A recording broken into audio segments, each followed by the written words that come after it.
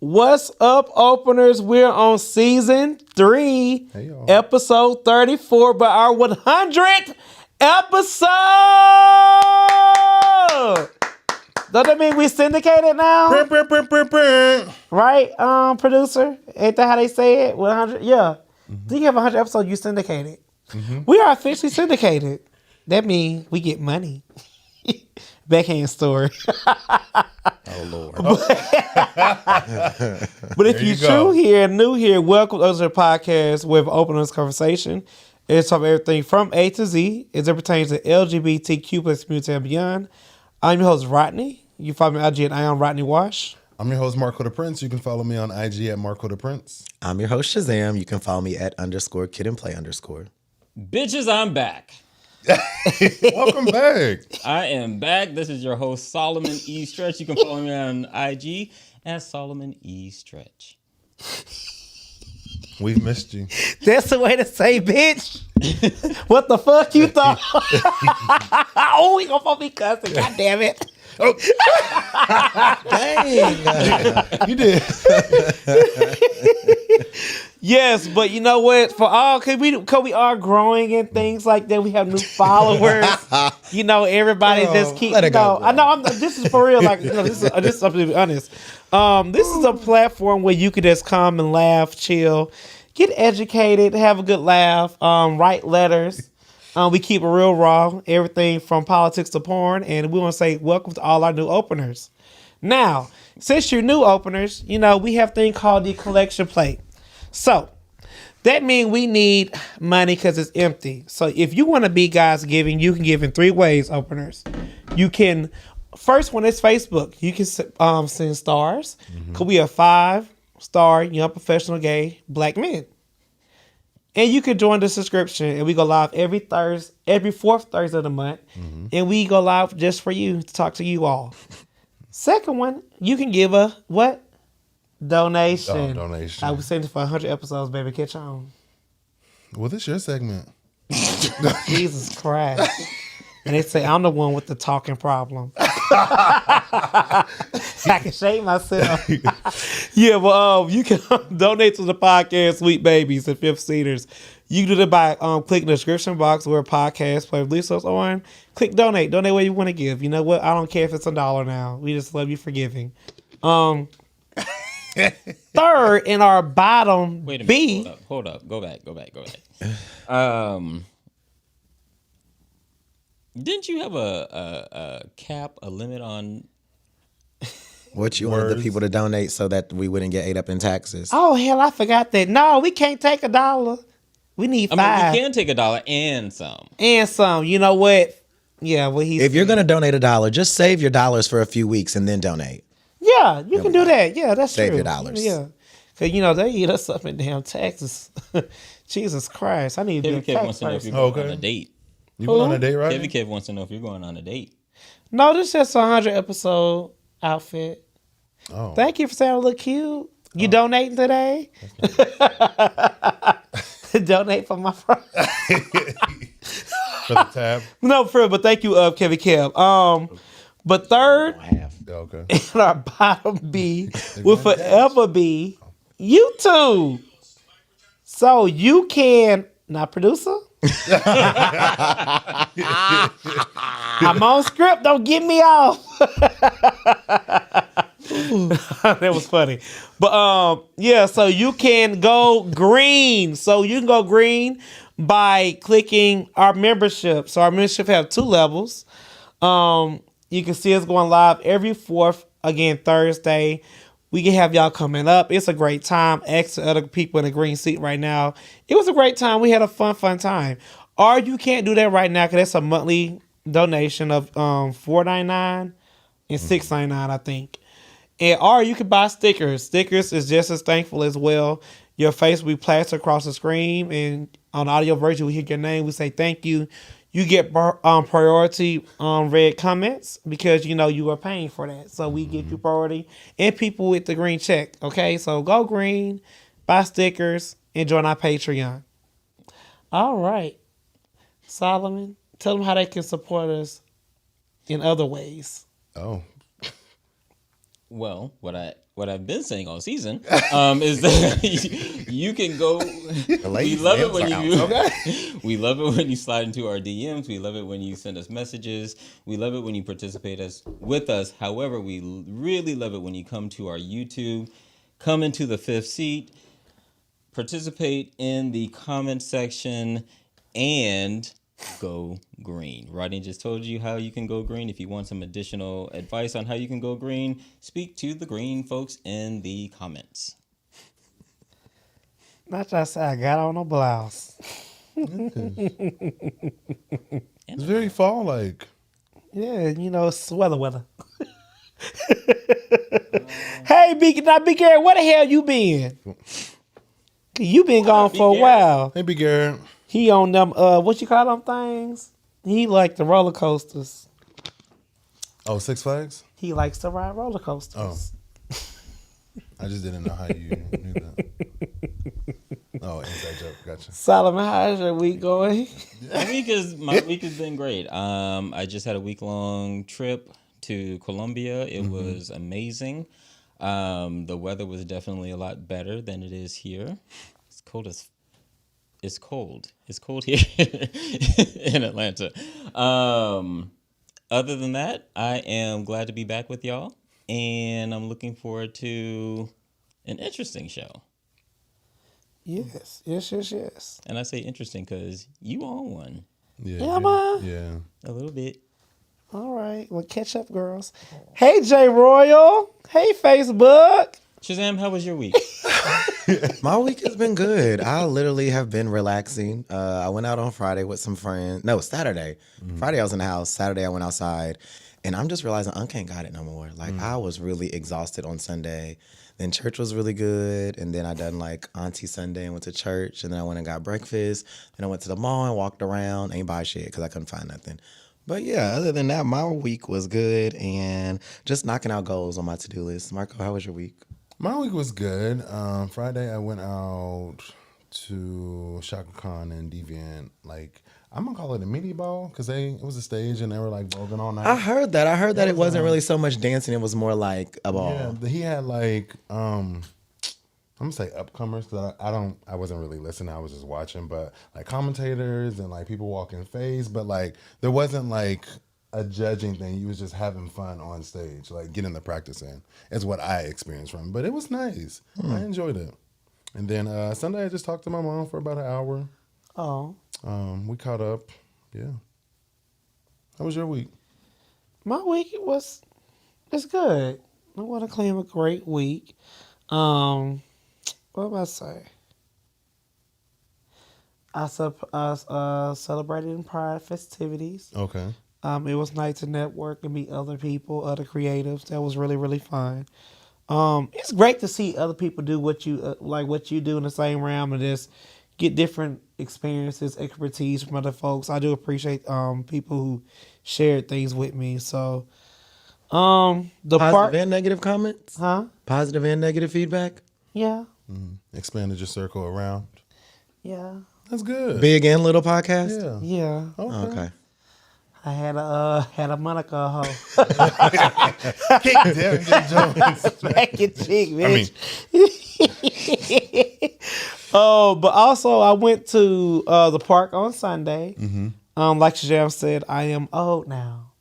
All that walking. I ain't got time, baby. I was over it. But I went to G's for an hour, and it felt like the old G's back in the day when he used to have like a Sunday Fun Day bar. That was really, really cute. But yeah, I went home. What's G's? It's 10th of Piedmont. Oh, I wasn't here when it was called G's. Yes, you was, Yes, girl. she was. It was called G's on the side with the garage door, and the other side was called 10th of Piedmont. Yes. You was there. You been here for a long time. Only 4. You ain't no spring chicken. You been here for 4 years? Yeah, Then you baby, was here. Maybe I just wasn't there. You went.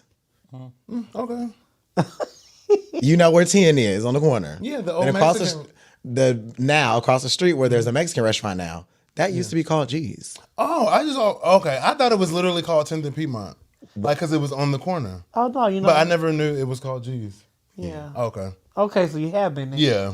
I literally thought it was called 10th and Piedmont. Marco, take it away. No, for real, I did. No. The more you know, sister. Okay. Who is it?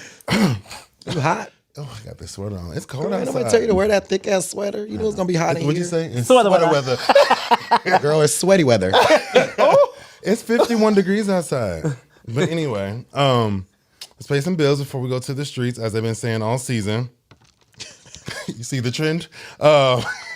Openers, there's a link in the description box. Go ahead and support the podcast because, as you know, Apple is our official sponsor for Open Relationship Podcast.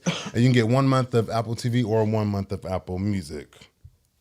All right. So you guys know today's the first day of early voting. It is. We got 21 days until this is over. Praise God. Oh. For the over part. Yeah, for the over part. I'm very much so like Shazam. I'm over it. Like, I already know who I'm voting for. Nobody can convince me any way else. Obama gave a nice, fulfilled speech to President Obama. Oh, yeah, you're right. My bad. President Obama gave a nice, fulfilled speech to black men in Pennsylvania, over the weekend. I thought it was very heartfelt.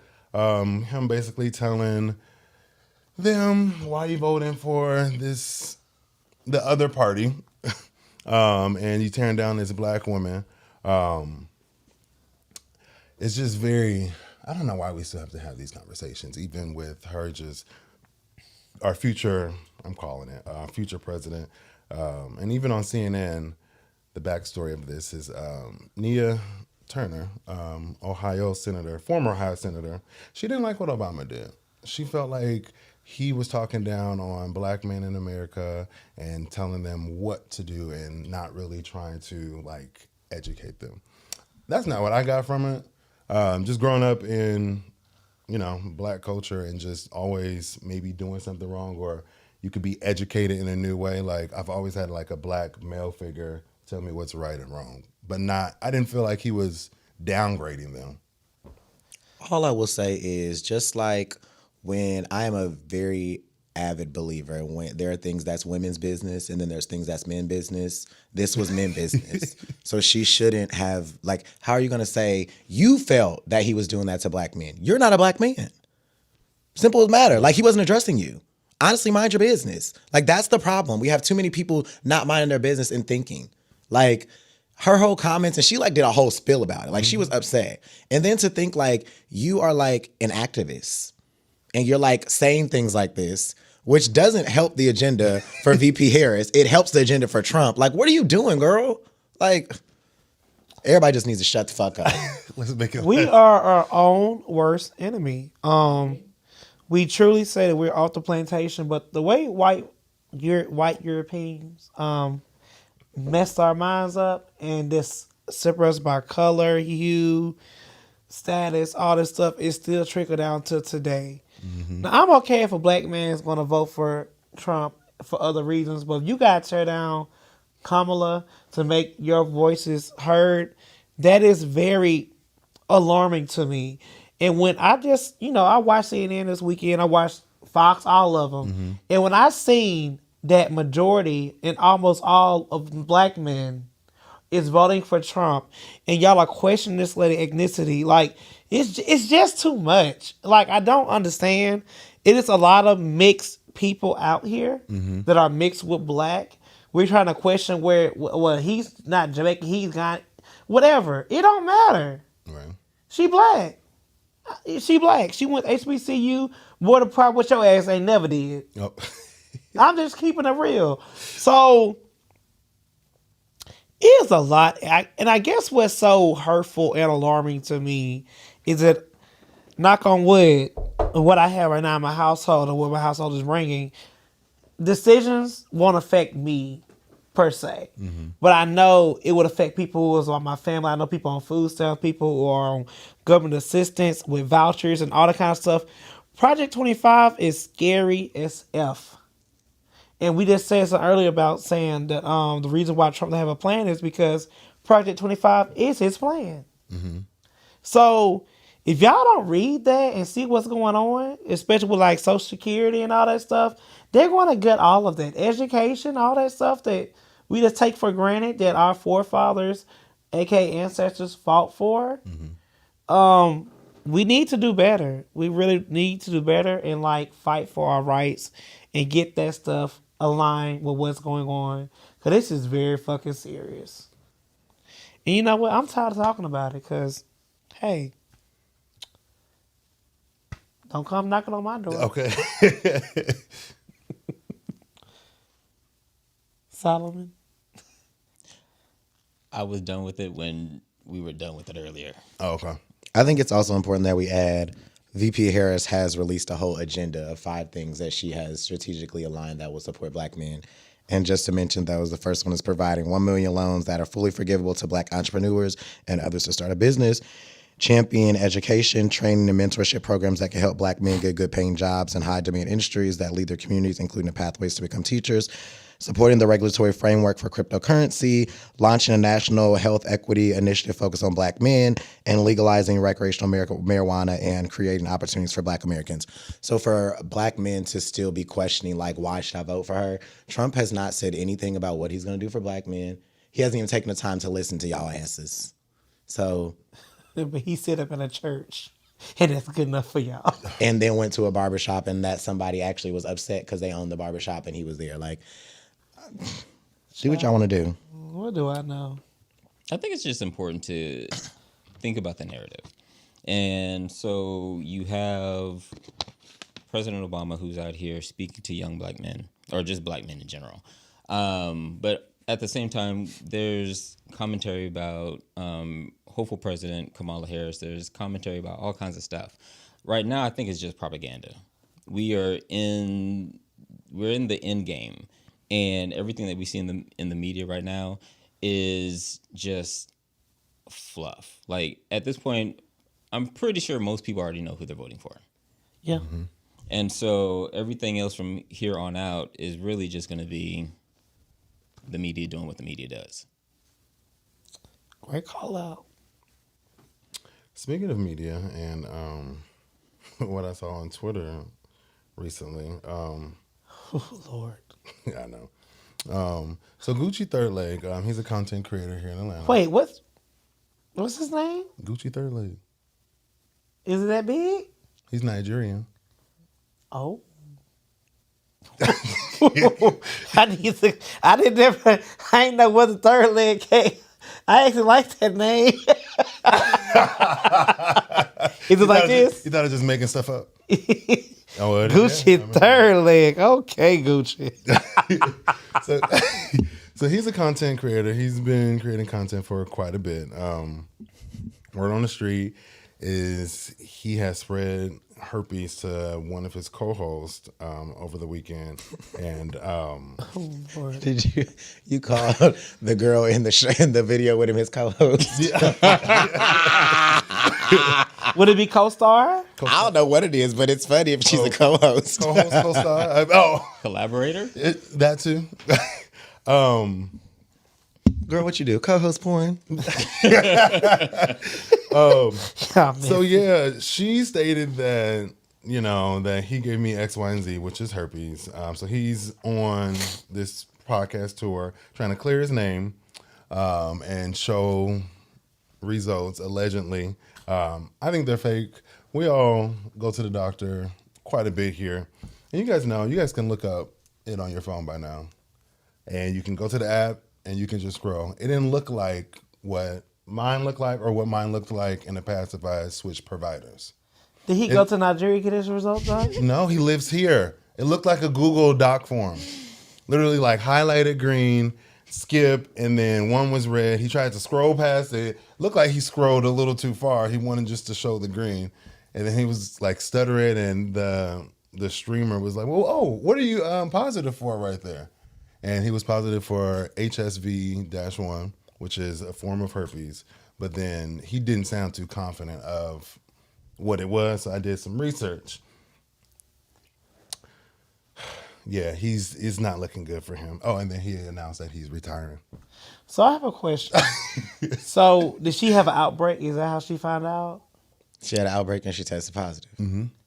After she had sex with him. Yes, but the young lady who posted it, she also posted the video of when she actually had sex with him, and he had an open lesion on his wiener. Mm-hmm. Now, she says, all this is alleged, and this is what she says in the TikTok. She says that she asked him, what is this open sore on your wiener? And mind you, it's like on the shaft of the wiener. And he says, I'm so immature for calling a wiener. He says, I cut myself while I was shaving. Now, I don't know about y'all, but I know for me in my household, in my parts, I don't grow hair that far up my shaft. I don't. So I don't know why he was shaving up his shaft, but in the video, you can see there is an open lesion on his man parts. I have a question for her and people who probably don't. I'm not saying that. I have a question. So my follow-up question would be, sweetie, why do we think that was okay to sit on that? Well, why not put a condom on it? I mean, that too. Like, ain't no way. Women, women are subject to a lot of stuff, so they just have a hole, and this is whatever. And you telling me you visually saw an open wound, basically. And still went for him. And still said, let me get this third leg. So, granted, he lied, but I'm questioning how you think as well, because I don't think a normal person, I'm just being honest, y'all. When I was out there having sex, I felt all up here for bumps and lesions, and I felt the back too. If I felt any kind of bump anywhere, it's a done deal. We're done. You know what I'm saying? I think it's important from a health standpoint, though, to understand the difference between herpes simplex 1 and herpes simplex 2. Herpes simplex 1, and this is according to the Mayo Clinic. We like to state our resources around here. Cite your sources. We can do MLA format. We can do APA, what format y'all want. But when you talk about herpes, there are two. There's herpes simplex 1 and there's herpes simplex 2. Out of these two types, the most common, 67% of people have herpes simplex 1. That is a cold sore. The average medical doctor will tell you when you go to get tested for herpes, most people are going to test positive for simplex 1. And they normally just don't think of it. They're just like, oh, it's simplex 1, like you've had a cold sore, like you've had a canker sore in your mouth. Herpes simplex 2 is the one where people are like, oh, this is the nasty one. Now, both of them are considered STDs, let's be clear. Mm-hmm. But herpes simplex 2 only affects about 13% of people. And this is the one where you're seeing open lesions on the genital area, so like genital warts and things like that. So let's be very clear that a lot of people are shading these two, but the average American is going to test positive for herpes simplex 1. So if you ever had a cold sore, you had herpes. You're going to test positive, yes. And it's the same virus. Oh. Okay. But I also want to question, and this isn't a judgment question. This is just a question, because I believe that when content creators are making their deals and doing whatever they need to do, that they share their results and their status information as they are exchanging funds and stuff. Well, here's the gag. She showed him his, and he's been delaying to show him hers. And she still sat on that dick. Oh. Look, y'all, this is... No, I'm just questioning her. No, I just thought that there was a protocol. Yeah, like within the porn industry, you have like 48 hours to bring results, and if everything is clear, yada, yada, yada, then you go perform. I think the thing is though, like, and they talked about this on the little stream that they did, the porn industry, like the actual porn industry, is highly regulated. Like, as much as we be like, oh, they're a porn star, like actual porn stars, let's get it. Whack me for this, I don't care. There's a difference between somebody who's a porn star and an OnlyFans content creator. There is a big difference, okay? So they have to get tested. Hello, a porn star, you have to show tests before, you have to do all these things before you're like in this video with somebody. And OnlyFans creator, huh? You get awards, yeah. There are awards. Right, and OnlyFans creators like, hey, Marco girl, you want to come over and record this video with me for $9.99 a month? Like, no, like, so we have to think about how regulated it is versus like, this is happening on a DM and we're sending screenshots and stuff. Like, come on. But who do you blame? Because that's the good question for me. So if I was in a jury and I was juror, a juror. Yeah. Oh, let me shut up. Don't whack Shut up, me. Marco. Go ahead. Glasses. You got glasses on too. We all three do. But I look cute in mine. Go ahead. Right. Had to whack you. No, but honestly though, so like if I was sitting in the courtroom and they brought this case to me again, just like how we did last week, I'll be like, so you showed yours. Mm-hmm. He delayed his. So why did you still proceed with that? I would look at. You get what I'm saying? I do. I would look at it the other way. I know I have something, so I'm not going to sleep with you. So again, for the person who showed yours, if a person is having open sores, mm-hmm. not showing results. Thankfully, because this is like, obviously it's hypothetically speaking, but STIs allegedly outside of HIV cannot be criminalized, right? Mm-hmm. But if you go in a courtroom and that girl said, this happened, like, I said, she gave me this or he gave me this and they didn't disclose that to me or ask him about it and they lied, he is the one to blame and he can go to jail for that. Yeah. There are criminalization laws around giving someone HIV and not telling them. Yeah, I knew that, but what about, but not STIs? Not STIs, no. So I don't know if there's somebody that you could put the blame on, but there is allegedly a list of like 30 women that circle around on Twitter that says like all of them have been burned by this person. I'm going to say this too. It is very, very important to protect yourself. Mm-hmm. It's people who are in relationships that still get tested, and they've been together for 10 plus years. Some are on PrEP and things like that. And I know for sure a partner was mad because he's like, why are you on PrEP? He said, I love you, but I need to protect me at all costs. And I understand that. Like, you are responsible for your own health. And that's just point blank, period, the end. You can't blame somebody else for your lack of not taking care of you. Unless somebody forced you, then that's wrong. Yeah. But if you had an option to sit on it or not, you chose to sit on an open sore. Jesus. Just saying. Are you going to sit on an open sore?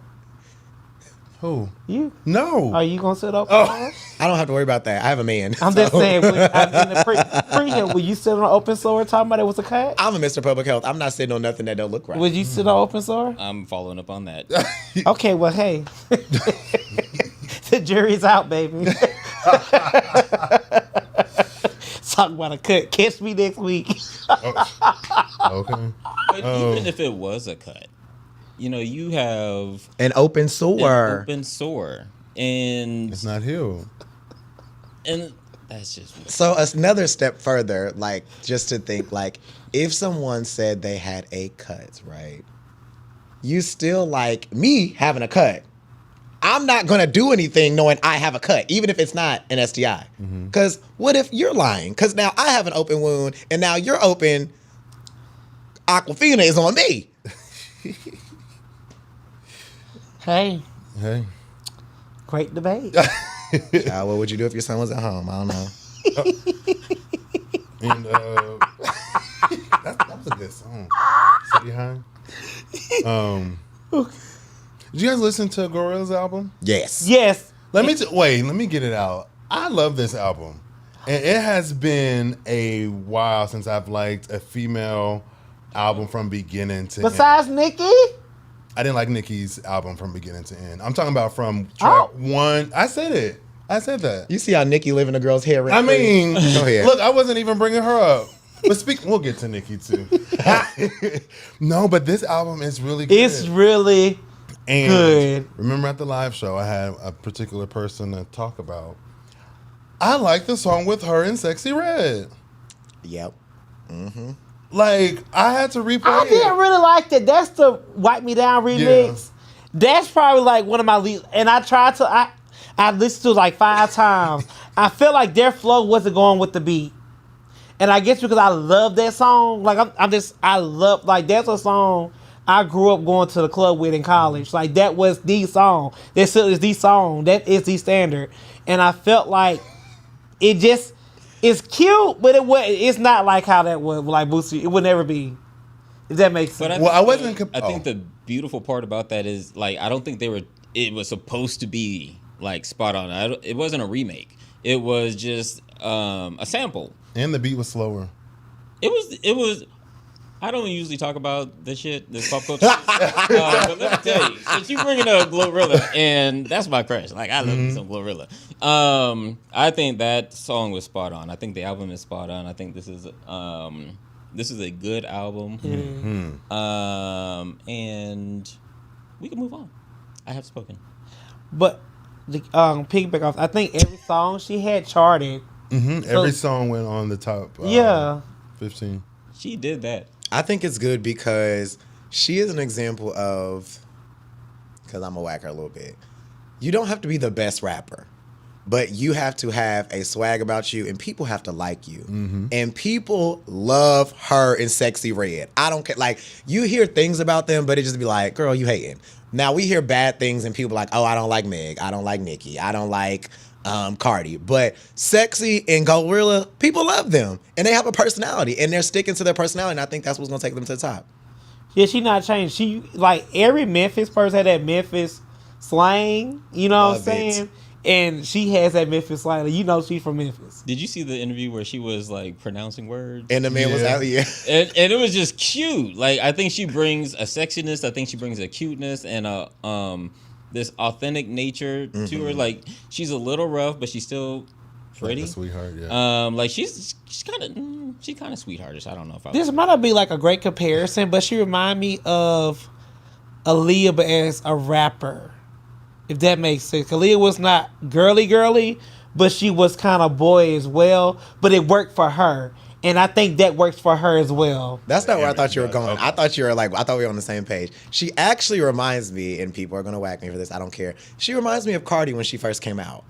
Everybody loved Cardi because she gave an authentic, like, I'm ghetto, I'm from Love and Hip Hop, I'm from the Bronx, like, bitch, and it was funny and people loved it. But somehow it like escalated, and now it's like, I still like Cardi, don't get me wrong, but Glorilla reminds me of that, but she's like sticking to her guns. And like, I think also with her, is she signed to Yo Gotti or is he like her manager or something? I think he's also making sure like she doesn't lose herself in the mix, which is really good. Yeah. It's important. So I just want to say that. I'm excited to see what her numbers do this week. Did y'all see her on the J Hud show? Yes. No. Oh my gosh. She sung And I Am Telling You with J Hud. And it was so, like, it was adorable. Like, it wasn't, like, you know she can't sing, but it's still just like she had a good time with it. And then when Jennifer Hudson started singing, she started like fangirling, and I thought that was really cool. And I like how she like loves Beyonce. I think that's really cool too. Well, that's it. I won't bring up Nicki for you.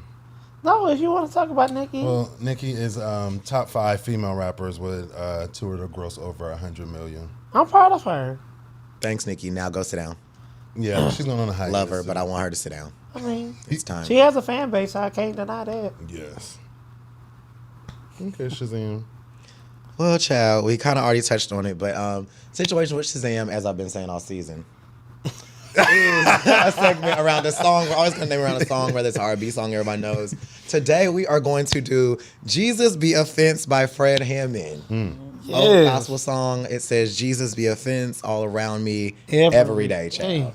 Because it's a lot going on, as we talked about, and y'all know I say scrolling Twitter, and I'm so glad you talked about this, Marco. There's a line where it says, protection along the way. And obviously, the people are not using enough protection, which is why we're talking about herpes. So, have y'all ever been burned by somebody? Yes. Yes. Mm-hmm. All of you been burned by somebody. Have you ever burned somebody? Not knowingly. No. Wait. You know, we gonna keep it real. So everybody has been burned by somebody. How did you find out? The burn. Wait, okay, we're gonna get into it. Was it a back burn or a front burn? I never had back burn. So it was a burn in the front. Okay. And it wasn't a burn. That's why I don't know what. By burn, I mean STD. I don't yeah, I mean know like what you mean. Yeah. Burn. So like, I thought I was nutting a lot because like when I looked up discharges, and I was on Google now looking at everything. I said, well, it doesn't look like, it looked like regular nut. But I said, this is not normal. Like drenched nut, like it was bad. So I went to the doctor. I said, I had sex with this guy, and we had sex multiple times before, but now I keep nutting. And the doctor literally laughed in my face. He said, "You're doing what?" He said, I'm just nutting on myself. He said, This was at Gurley? Girly, love him down. And he was like, and therefore, I miss Dr. Oh, Me God, I too. miss him.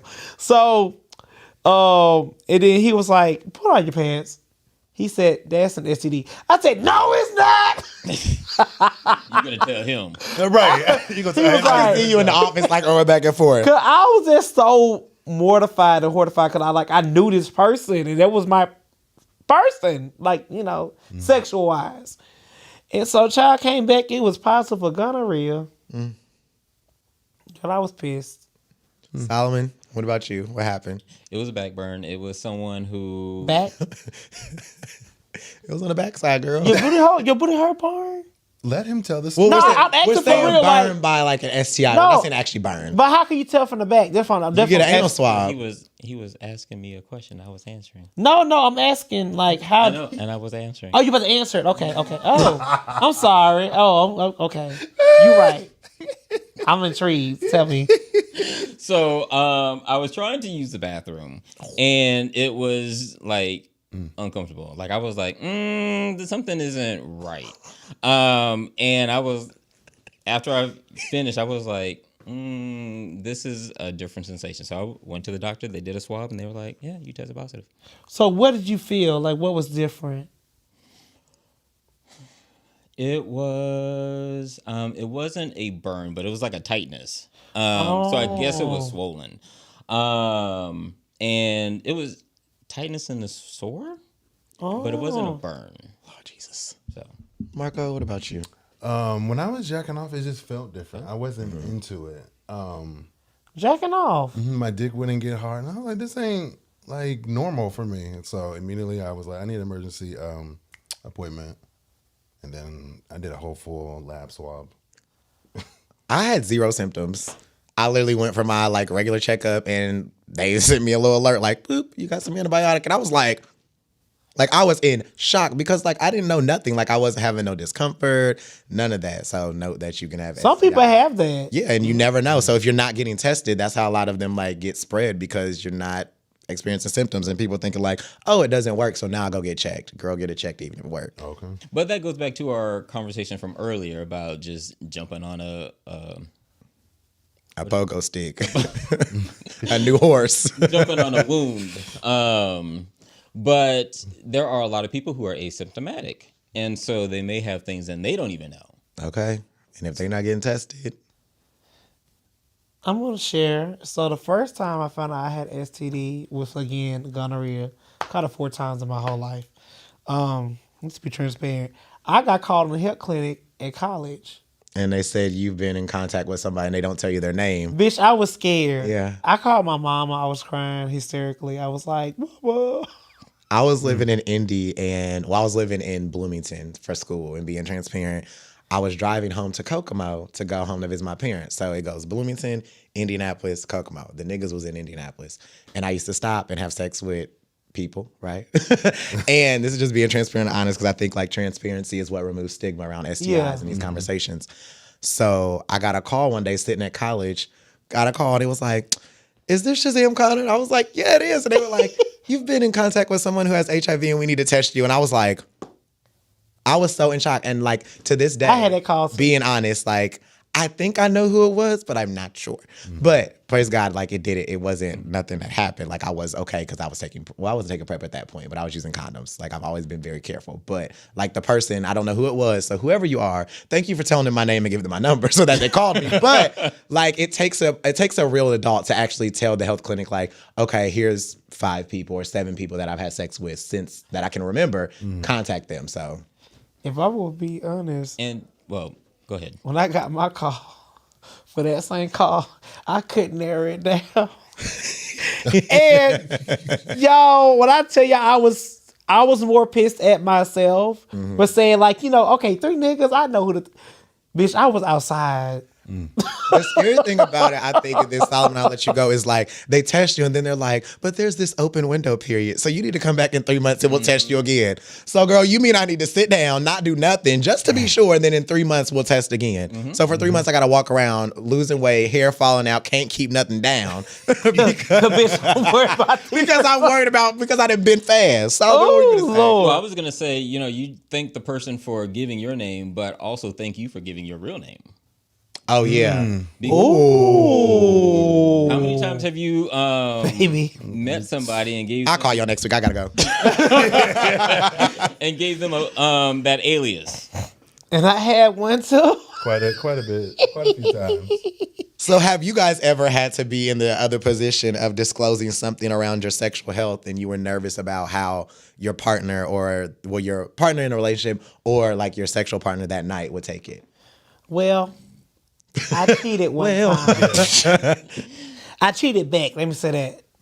And I was told I had the gonorrhea. And this time I was trying to be, we were supposed to be faithful, and I was kind of upset. So, he's in the kitchen cooking. Our cute little apartment. Oh my God, I was so gay. And he was like, "Babe, I made steaks and potatoes, and that's my favorite meal." And I cooked something for you too. And I was like, "I have something to tell you." And he threw it all over the floor, cried hysterically. I cried because like we were working on us, and here I am bringing shit to our house. So Literally. Mm-hmm. Marco, what about you? Mine happened. We went out to Chipotle because I didn't want to do it at home because I was scared. I didn't know what was going to happen. It's a safe place. Yes, and there's witnesses. Get around people. Because I know the nigga's crazy, but so I stepped out and then I felt weird. So then I went to the doctor. And then, obviously the doctor called. And then I was like, I got to tell him. Don't know how to tell him. But Chipotle was our favorite, meetup spot. It was by the house. And Girl. All right, meeting. I mean, all he did was he took deep breaths and he just packed up his food and, went to the house. And I was like, I just fucked up. So did you go back to the house? I went to a friend's house that night. And then, no, not a friend like that. Yeah. A support system. Well, girl, I hope not like that. Shit, you don't give some more names. And then the next morning, about 5 p.m., after work, they walked me back to the house. I was like, I just need you to come with me. You don't have to stay for the conversation or what's going to say, but I know he's the type of person, he just needs some air away from us. He probably doesn't want to see me all day, things like that. So he was cool. He was like, yeah, she can leave. Let's talk. And it was good, but... Child, the openers is quiet tonight. I know, right? Y'all real quiet in the comments, and I know some of y'all didn't experience some stuff. Y'all just watching and not They were like, girl, she telling my story. Solomon, what about you? Have you ever had to tell somebody? I had to disclose to the person who gave it to me. Which was a very difficult conversation because it was... Because you knew you got it from him. Yes, and at the same time, they were asymptomatic. And so... It was one of those conversations where you're kind of mad and you kind of want to be for me, I was mad, but I also wanted to be informative because I wasn't out there like that, but I was out there. And so just having that conversation, it was just uncomfortable. And it was the first time I ever had to have that conversation. Whenever you have a first time, it's always kind of... I don't know if everybody can see that. Can everybody see that? Or is that just I think everybody can, even if you're not in the club. Oh. Come on, 3 months member for 3 months. Solomon Strap is ready. I won't burn you. Ooh. All right. Well, let's be clear. It has to be a brand new one because you can get STIs from sex toys, guys. Okay, Melanie, thank you for the $19.99. Look, that pegging is going to come at an additional cost. I was going to say, girl, it's pegging for $19.99. You don't want much. Solomon said you can only put the tip in for $19.99. Oh, that escalated real quick. All right, Melanin. We got a date when you get back here. So you had to tell him that he gave it to you. Yeah, and that was that just threw me off. And that was just an uncomfortable conversation. My most uncomfortable conversation, I had got the stomach flu, right? And this is kind of graphic, but we're removing stigma. We're going to talk about it, child. I got the stomach flu. You know, when you get the stomach flu, it's coming out of both ends, your mouth and your backside. And if everything keeps coming out and coming out and coming out, mind you, like this was for like 2 weeks straight. I finally went to the hospital. They were like, oh, you got a stomach flu, da-da-da. When all that keeps coming out, like that area gets exhausted. So you get hemorrhoids, right?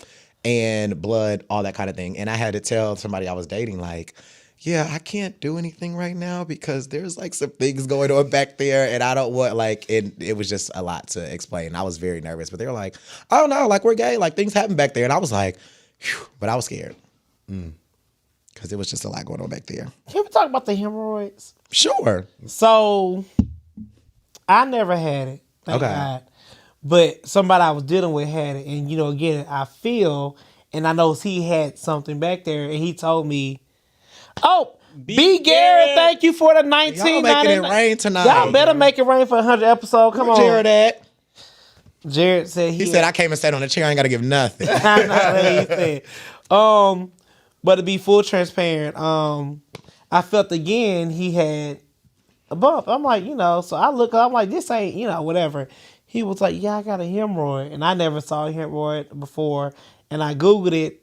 And I'm like, oh, you really have hemorrhoids. So he was like, basically he had a stomach, whatever. And he said, because you use bathroom so much.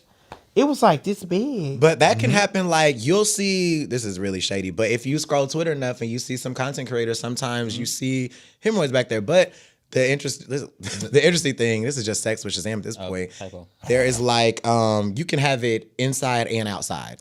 Like they can be inside so that you can't see them, or you can see outside. Because let's be very clear. That time when I had a stomach flu, the first time blood flew out, I bent over in the mirror like, girl, what's going on back there? And I couldn't see anything. So then going to like a doctor, they were like, oh, we're going to look inside. And when they looked inside, that was like, oh, it's inside. So they can be inside or outside. He had to get his surgically removed because it just wouldn't go away. They can get really bad. Yeah, his got big. So this is me being very transparent. It's the only reason why I'm vegetarian vegan. Because my body doesn't process meat well. And so when I do eat meat, I end up getting hemorrhoids. Oh, wow. And so it is a very serious thing. A lot of people get surgery for them. So you just have to be careful. And be careful. But also, if you're having sex and you believe you have hemorrhoids can burst. And so that just increases risk. Yeah. So Yeah, he couldn't sit down. He said they can be now mine wasn't that uncomfortable, but they can get uncomfortable. Like people literally have to go get them lasered out of their anus. And a lot of straight men get them from straining and stuff. You literally can. When I this is me being just very open. When I had them, like literally, the doctor told me, he was like, "You work out, you need to be careful because when you're like squatting and stuff, that's putting strength back. Like you're straigning back there. So any kind of pushing or things like that, they had me like increasing the fiber in my diet and everything. So essentially, everything was just falling out, and I wouldn't. Well, not falling out. Let me not say it like that. I got walls, girls, but like so it was coming out easily, and you won't have to push because any of the pushing can cause blood. Child. So last few little questions. Disclosure of status. How do y'all feel about it? You need to do it all the time. What if they don't? Discuss it. In some cases, it's against the law. What if it's, well, I know you're on PrEP, I don't need to tell you? No, that isn't fine. That's disrespectful. Now, if you're not ready to tell me when I ask, that's a different conversation and we can have it later or when you feel comfortable. But you just not telling me overall, it's just... I respect that, but don't have sex with me. Oh, yeah, no, without like the sex included. Maybe you want to get to know each other on a different level. I'm just saying, some people, honestly, some people truly feel like, and I don't have it, so please don't say I'm not trying to be judgy or whatever. No, this is for real, y'all. This don't is be for thinking real. You're nasty. We just haven't... I think it's very disrespectful and distasteful for you to have something because you're undetectable. You don't want to tell somebody something. That is dangerous, and a person like me will hurt you. So that was going to be my next question. So... Hold on.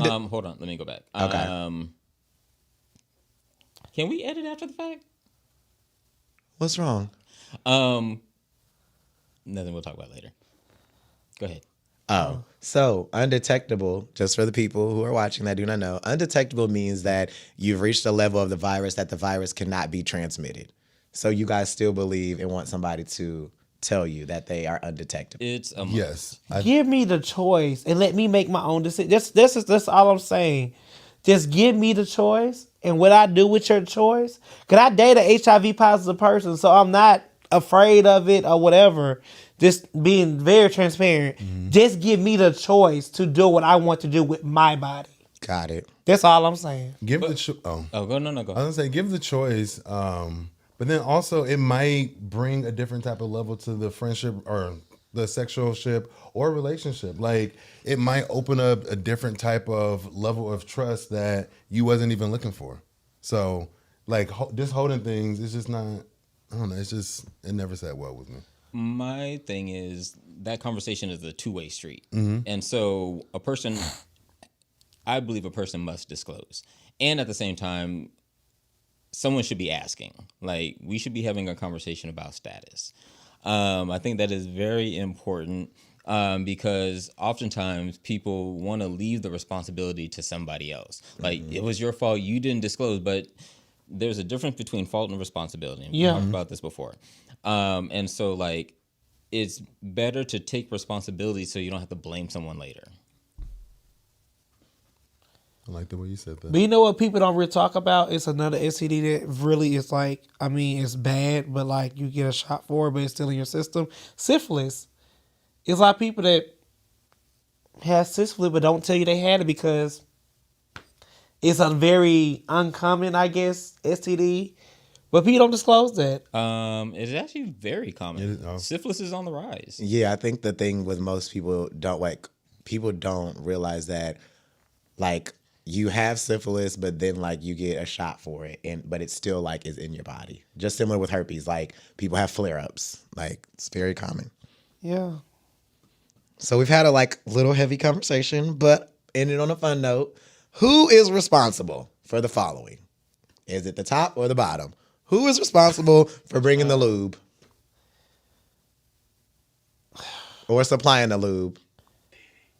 Oh, that took me out. Oh. Look, production does not participate often. But when he does, listen.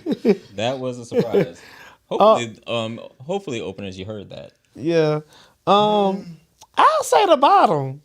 I was like, yeah, I bring my own lube when I do bottom. Solomon? Or pick my own. I think it's both.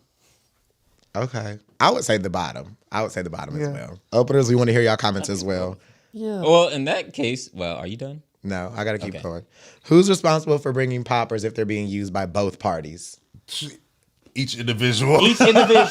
Poppers is too expensive. I don't want your nose on my nose. Poppers? No, because yours might be too strong for me. Like I'm not like the weak one. Some people's nose get burned. That's only if the liquid hits it. Child, no. No, I had some strong ass poppers one time, and like it literally made me lightheaded. And I was like, yeah, I think we're done because I can't even focus. Like it was that strong. I need Rush, and they're not sponsoring. If it's not Rush, don't touch. Don't touch. I would say if you use it, bring them. If you use them, bring them. Okay. I like that. I like that too. Who's responsible for supplying liquor if people are going to drink? This is like hookup culture, y'all. Like think about your hookup days. Okay. Who was responsible for bringing the liquor? Myself, if I don't know you, myself. Okay. That's the one. If I know you, yeah, I'll probably just call and be like, hey, I'm passing a liquor store and just get something that we both like. Okay. And last but not least, we talked about protection. Who is responsible for supplying the condom? Both. Uh-oh. Yourself. So both. Yeah, whoever doing it. Whoever doing what? The bending?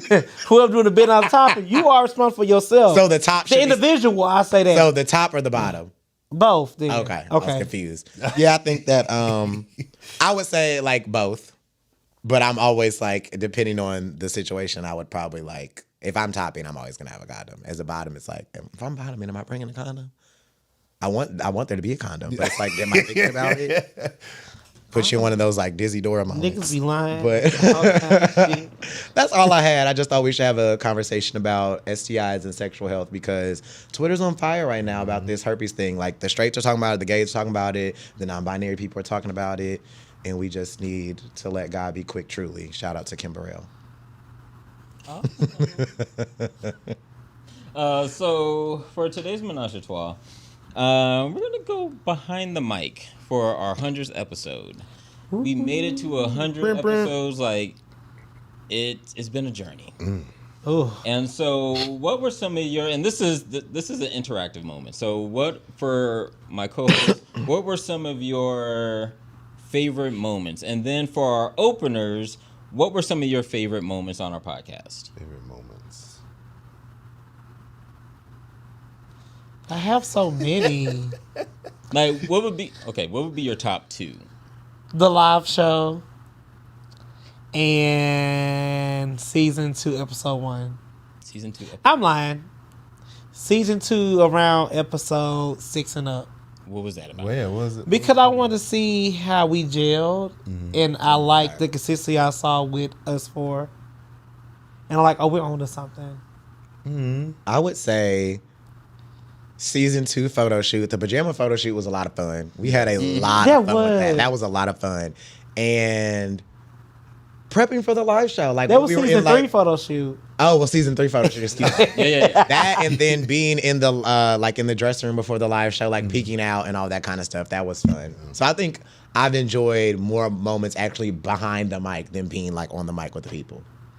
I think my favorite moment would be. There was one episode I can't remember. No, I'll say that for later. I think my favorite episode or favorite moment would be. Oh,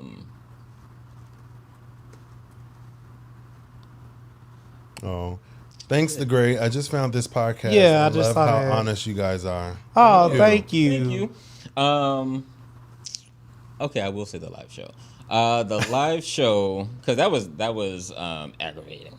But I'm not just talking about the live show. I'm just talking about the prep for Leading it. up to it, yeah. Oh, that was stressful. Shit. But I think the favorite moment of the live show was the ending of it. And I say that because when you see something, all of that hard work that we did, which was planned over months, and then you finally get that sigh of relief or that exhale. Yes. I think that was the best moment because it was like, damn, we did it. And yeah, that's what I'm gonna go with. Mine was in the dressing room, getting dressed with all you guys. I enjoyed that. I like when we have content not to record and people aren't watching, just having like a moment. Another one of my favorites was probably like after episode 10 when we really found the niche and we started to figure out what people like to talk about and how we're gonna say it or how much we're gonna open. Yeah. Because I remember the first season, Shazam and I kept saying, mind your business, mind your business. I don't think I ever said it like this season. So just like You haven't. yeah, just getting like comfortable and just, yeah. Oh, nah, you said it twice. I was gonna say if we had shady production like Housewives, we roll the clip and shout saying, mind your business. You said it twice this season. Really? Yeah. Oh. I think you even said it at the live show. You did. Oh, but so that I said it in a joking way. Like when I said it in the other room, I really meant like mind your business. Okay. Like, Oh. Yeah. You were And standing then on my being favorite moment naive. from you is when this season when we were talking about booty holes and stuff coming out, and you was like what's the still moment when you're like, oh my, we're not doing that. Oh, yeah. Where's in that room? Ooh, that still takes me out.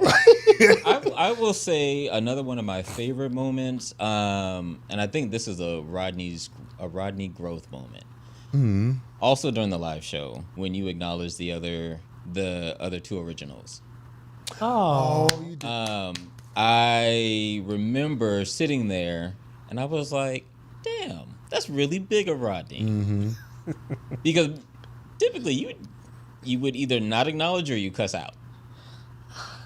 And so for you to give them credit for their contributions to where we were then and where we are now, I think that was a big growth moment for you. Thank you. All right. So what do you think were some of the most controversial topics? I will say this. There was one episode, while y'all are thinking, there was one episode where I just started arguing with Rodney. What was that about? Was it about abortion? Was we in the other room? We were in the other room, and I think I was like screaming. Or I raised my voice. do remember that. And people reached out to me and were like, Solomon, are you okay? Me and Marco was looking at each other like, I like this band. I think we sitting right here. It was in there. It was in the other room. Well, you did it twice. I think there was a moment in here too. Yeah. You deserved it. I think the most controversial episodes were when we talked about, people really liked arguing about Nikki this season, like, or this whole up to 100, like, I don't know what it was. Then there was one episode where we talked about, like, individuals that are trans, and that had the online folks on fire. Like, people were, like, whacking Rodney back and forth, and, yeah. And then we had somebody come on and want to start fake beef with us and all that kind of stuff, so... I was about to say that would be mine. Because I will leave that there. That would be mine. Don't leave it there. This ain't the altar. It's the podcast. We keep going. And do it. Mine was Trying to grow. He saved you. controversial. When I did the Streetz about Candace Owens. So I've never looked at the comments, but I remember the next week Shazam was like, have you checked the comments? They are eating you alive. And I recently just checked them because I knew we were coming up on our 100th episode, so I went to go find it. And I did not know they were saying all that about me. Like when I said, like, one for you was with the disability one. Like when they were very controversial. Oh, because the people was mad because I didn't answer the question. Because they feel like you was being like... Because you're supposed to be politically correct. I'm running for Miss America. I will also say, when me and you were basically yelling at Homeboy because he couldn't answer his question. Oh, Lord, yes. I read the comments for that, and the girls. people were like, oh my God, they're mean girls. And I wanted to be like, shut up, bitch. But I know that wasn't nice. But it's just like, that they were really upset about that. They said we were mean to him. So over the 100 episodes, is there anything that you would have done differently? No. I would say this. I when I watched the episode about saying happy Cinco de Mayo to Cinco de... I want to take that back. Because, even though I didn't mean it like that, just like having a platform like this and your words have power to it, I need to be more mindful how I say things. Even though for me, I know it's innocent, somebody could come back and be like, I didn't like that. Because if I would have heard somebody say, Happy Juneteenth to Happy Juneteenth people, I would took offense to that. You know what I'm saying? I'm just being honest. No, I get it. I know I did jump and say no, and this may be shocking, but I'll say it. I wish I wouldn't have came to the live show. I was not in a place mentally to be in front of people. And in hindsight and through therapy and everything else, I realized that I had too much on my plate. And I like being in front of people and drinking. And it was just a lot, right?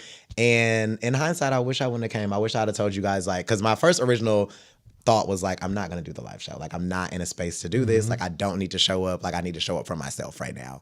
So, yeah, that was probably something I would have regret. I think there would have been like, obviously, I'd have missed a big portion of like what was actually really good. But at the same part, like, I drank way too much. Like, so.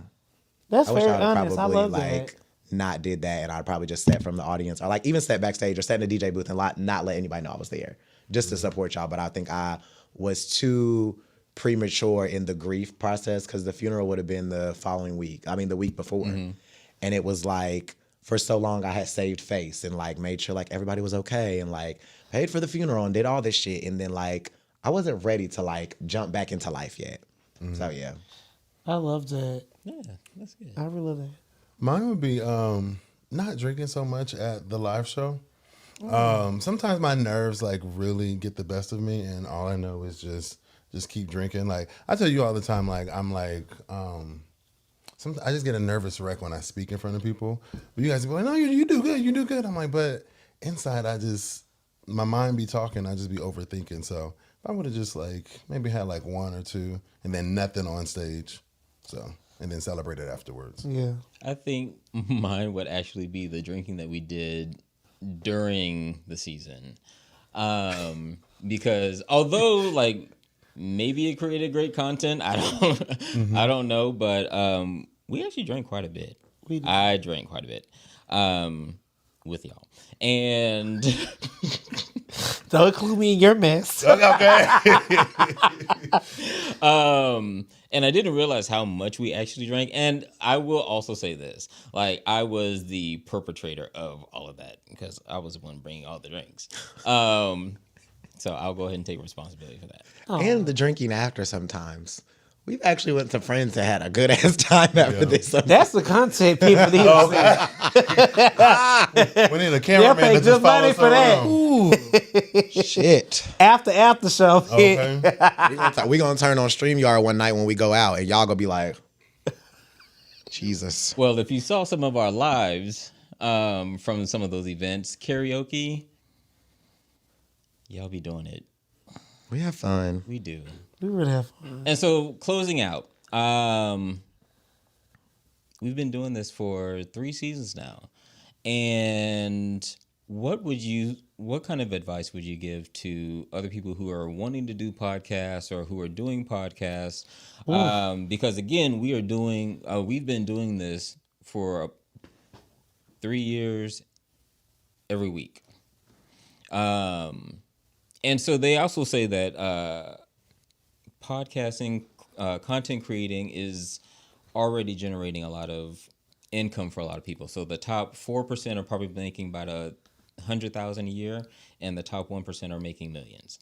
So what advice would you give to people who want to get into the industry-ish, if that's what you want to call it? I would say this.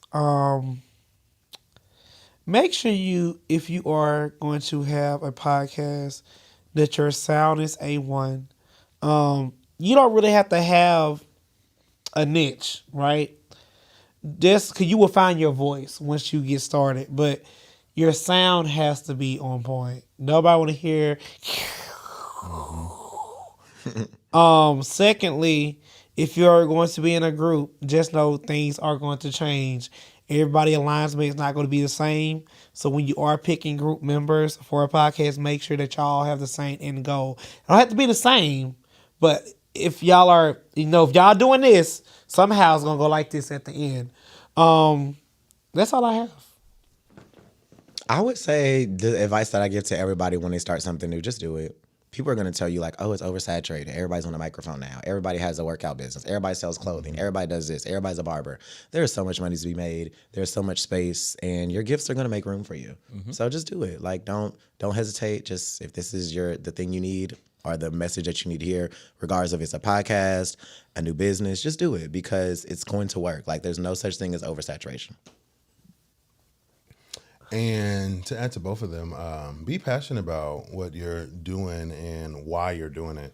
As I mentioned before, like I hate when other podcasters just get on the mic and just talk about like pointless shit. But just be passionate, create a plan, and literally just hit the record button and figure out your niches while you go. Don't try to make it perfect before you already launch, because that's not a thing.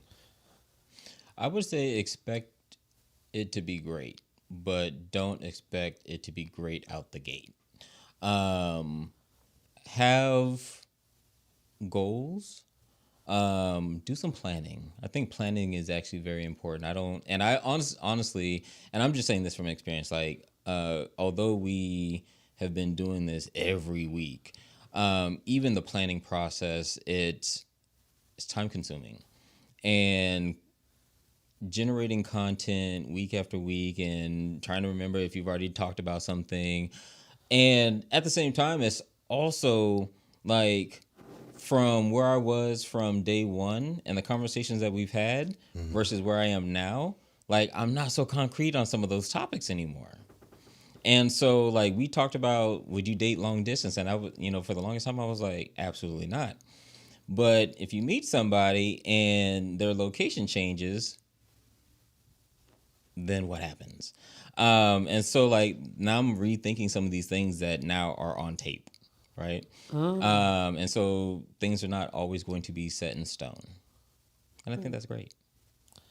I love that. 100 episodes. Oh wow, I'm about to cry. Y'all ready for the letter? Yeah, let's get to the little child. I'll share the tear. Lord. Oh, So long. Ooh. Congratulations. Thank on you. production. thank you. We get 10% off. We got 10%. He said no. Hey, openers. Hey, dog, baby. We're at your favorite segment, which is the letter. So you can send your letter in two ways. You can email us at openrelationshippodcast@gmail.com, or you go to our website at openrelationshippodcast.com, click contact us, and send your letter. What do you? Are you all right? All right, yeah, I'm just trying to fix this. I don't know. I shouldn't wear this jewelry. It's old. It's really old. Well, But I just love it. Yeah, we invite you to our space where give you advice, answer your questions. Solomon is a therapist, but he's not on staff right now. You have to reach him after hours on his Instagram. Jared said $199.99. He gave $200, child. That's what. Said I got a break from my work function. Congrats on the 100 episode. Ooh! Thanks, Jared. We thank appreciate you, Jared. it. Jared, we miss you here at Open Relationship Podcast in your seat. You better say that. You want to come back in November? Jared, you know what? We gotta do something special for Jared. He has just been, I have to just say this for real. Just two people. Well, 3 people, 4 people. Listen. Baptist ministers say you never start naming names because you forget people, so don't say no names. I would say people who are this. I felt like this always been there. I think that would be discrediting other. Really? I think we should be careful with that. But I ain't trying to be mean. Right, but still. Okay, let me not say it. I reached out to you in your DMs. So some of y'all, we love all y'all. Some of y'all getting thank you No, cards. we love all our openers. Like, don't get me wrong. There's some people that's been like, But it comes off like he gets The letter. invite and then you get a text. Oh no! So let me not do that. I love all my children. Hey, babies. Okay. If that makes sense. Yeah. A Okay. moment when you should use a politically correct answer. Hello, Miss America. Show me your son. That's a bot. Who is this? Child, get your ass. How much are you paying for him? Are you giving look? Are you giving $199? Show your sock right now. But yeah, like I said, we invite you into our space. We give you some advice. It is real, raw, and authentic. This is what we are. So this letter is called An Unexpected Threesome. Now bear with me, it is long. I'm writing in because I can barely use. Oh, see, look, fucking up. I'm writing in because I could really use some advice about something that recently happened in my relationship. My partner and I have been together for about 4 months now, and things have been going really well. We're both pretty open-minded and love spending time together. But the other night, something happened that I did not see coming. We were out drinking with my partner's best friend, and when we got back home, one thing led to another, and we ended up having an unexpected threesome. It wasn't planned or talked about beforehand, and honestly, I'm still processing it. On the other hand, it was spontaneous, in the moment kind of thing, but on the other hand, I'm not sure how I feel about now that it's over. I'm wondering what this means for our relationship. Was it just fun, one-time thing, or does it happen, or does it open the door to do more? We never talked about bringing other people to our relationship before, so this caught me a little off guard. My biggest question is, Lord, I can't see. There you go. You need a new prescription? Yeah, I do. My biggest question is, how do I bring this up to my partner? I want to make sure we're on the same page and that we talked about what this experiment meant for the both of us. But I don't want to come out as blaming or making things awkward. I'm hoping to get some advice on how to approach this conversation and maybe hear from others who have been in similar situations. I care about my partner and I want to make sure we communicate clearly and figure out what this means for us going forward. You better try to prove a point. You read that shit all the way through. I did. I love this letter. He said, "Bitch, I can see." His baby's glasses. I go first. One thing I can respect is how vulnerable you are with your in your writing. That really it really shows that you care about your partner and you're not trying to place blame on either party. Cause me, I would have been thinking about have you been fucking your friend? Like I'm just keeping it real. So the fact that you're not trying to blame or take the blame, you're just trying to see how it is going forward. I think you should talk to your partners, be open and honest, and just like how you wrote us, just be direct with him, saying, I'm not blaming you, I'm not thinking ill of you or your best friend or whatever y'all are, but I want to know what does this mean for us moving forward. But now, if you don't want an open relationship moving forward, please stand firm on that. Don't give in if that's what he want. Y'all need to be honest and open, and just go from there. But I love this letter. It was very open and honest. That's all I had. Okay. Too busy laughing and not understanding? No. Rodney. Openers. I love a good pillow talk, so I would do it.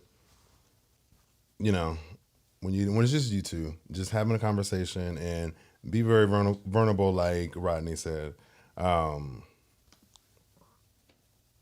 don't know, maybe a walk on the belt line. I mean, I like things where it's not also in your normal daily activity. Like, don't do it over dinner, but like, let's get out in open space and like, let's just have a conversation. And then just ask them. So, is this something that you want going forward? Is this something that is going to be regular? Is it spontaneous? Inside the country, outside the country, vacation? Like, get to know where their head is when it comes to a situation like this. I don't sleep with my best friends, so that would be also another question I would ask. Like, how did that happen?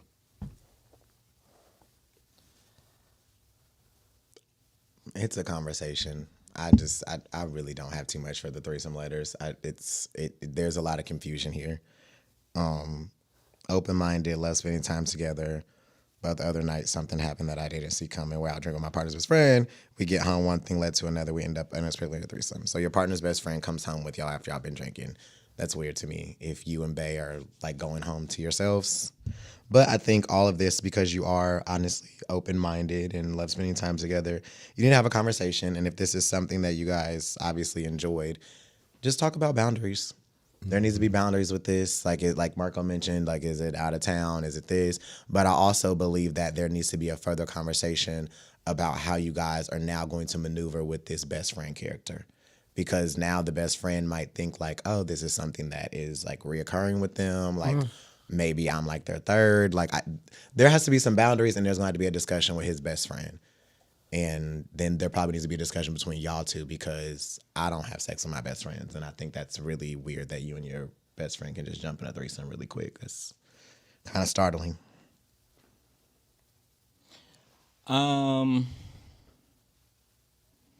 I can't recite it off the top of my head right now. I was just trying to look it up. But Aretha Franklin said, and Dr. Feelgood, I don't want nobody up in me and my man's face. Yeah. And so this writer said that they've been together for 4 months. For 4 months, like, this is your time to like solidify your relationship. This is a time for you to get to know your partner intimately, privately, all that other good stuff. I'm not saying don't introduce them to your people, but this isn't the time for people to be coming home and sleeping with them. And it may never be a time for people to be coming home and sleeping with them. Uh-oh. I don't know if this is I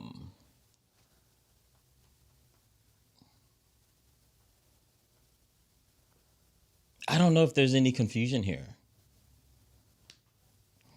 I don't know if I would be comfortable, like, I don't know. Yeah, no. I wouldn't be comfortable just having a threesome with my best friend and their partner without a previous conversation. Like, something is just off.